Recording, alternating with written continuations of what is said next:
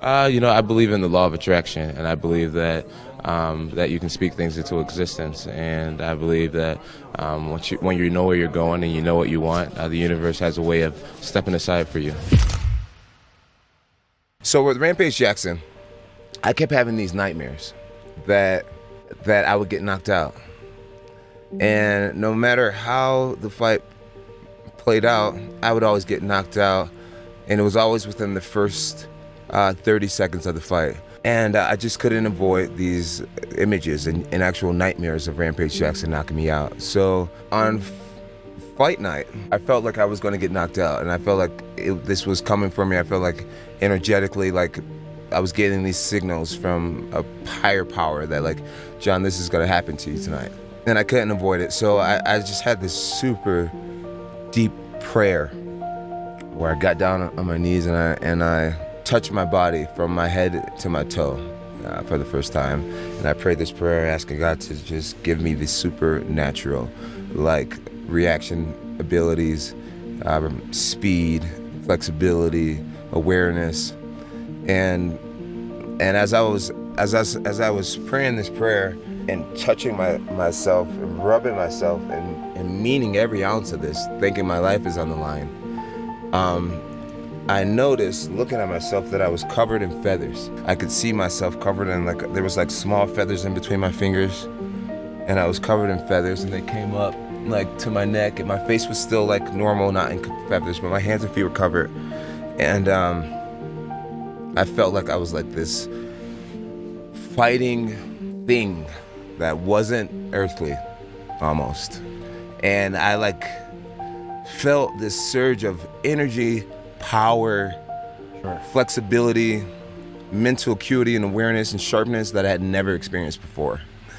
And I like jumped off my knees and like landed on both feet immediately, and I was just like, woo, woo! And I was just, Wendy's like, my coaches was looking at me like they could feel like, okay, he is pumped up. And Coach Winkle John's like, let's hit. And immediately I kicked the pad, and it was like, boom, and it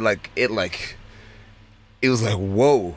And like my kicks were lightning fast, and I didn't need to stretch anymore. I didn't need to warm up my lungs anymore. My kicks were going up high. I was jumping higher. I was kicking faster and higher.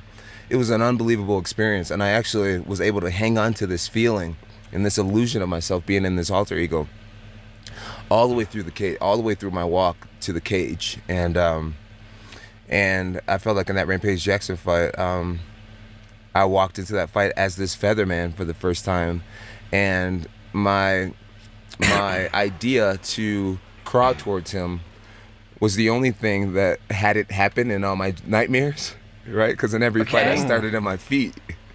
So something just said, get on your knees and crawl up to him.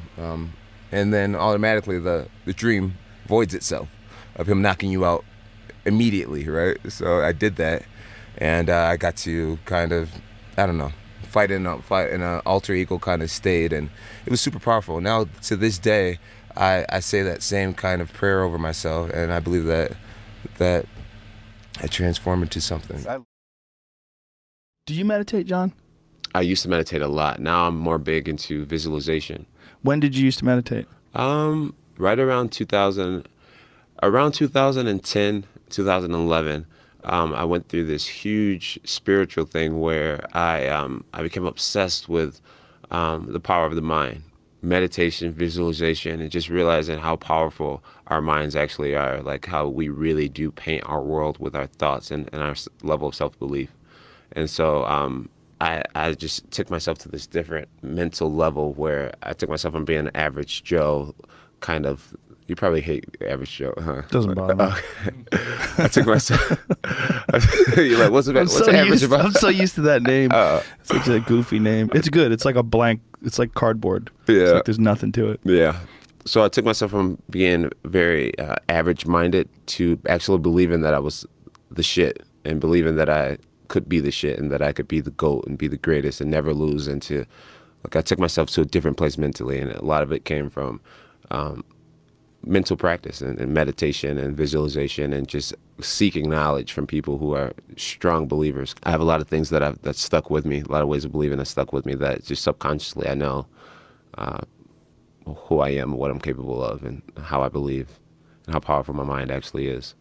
And just how important it is to look at yourself at a high regard and to believe in yourself. I think in order to paint a bright future for yourself, you have to be able to see it in your mind. You have to believe in it, and the more you believe in it, the more your world will start to change, and the more you'll just start to see your beliefs come to pass. So, to answer your question, just self-belief. You've been saying something that I find to be very interesting, that the butterflies in your stomach are in formation. Right. I've never heard that before. I think it makes a lot of sense. What do you mean by that? Elaborate. What I mean by it? Okay, so the butterflies in formation, basically it means when you have butterflies and you're feeling anxious and you have anxiety or nervous, that's when you're most powerful, I believe. And either you can, you're most powerful. So a lot of people, instead of homing this power, and using it, they allow it to just consume them. There's another quote that says, a big challenge or big pressure is like a fire. It's like a raging fire. Either you can allow this fire to consume you and just take you over completely, or you can gain control of this fire and harness it, and you blow it right at your opponent like it's Dragon Ball Z style. All right, so that's what I'm trying to do. I try to get my emotions under control and use this adrenaline to my advantage.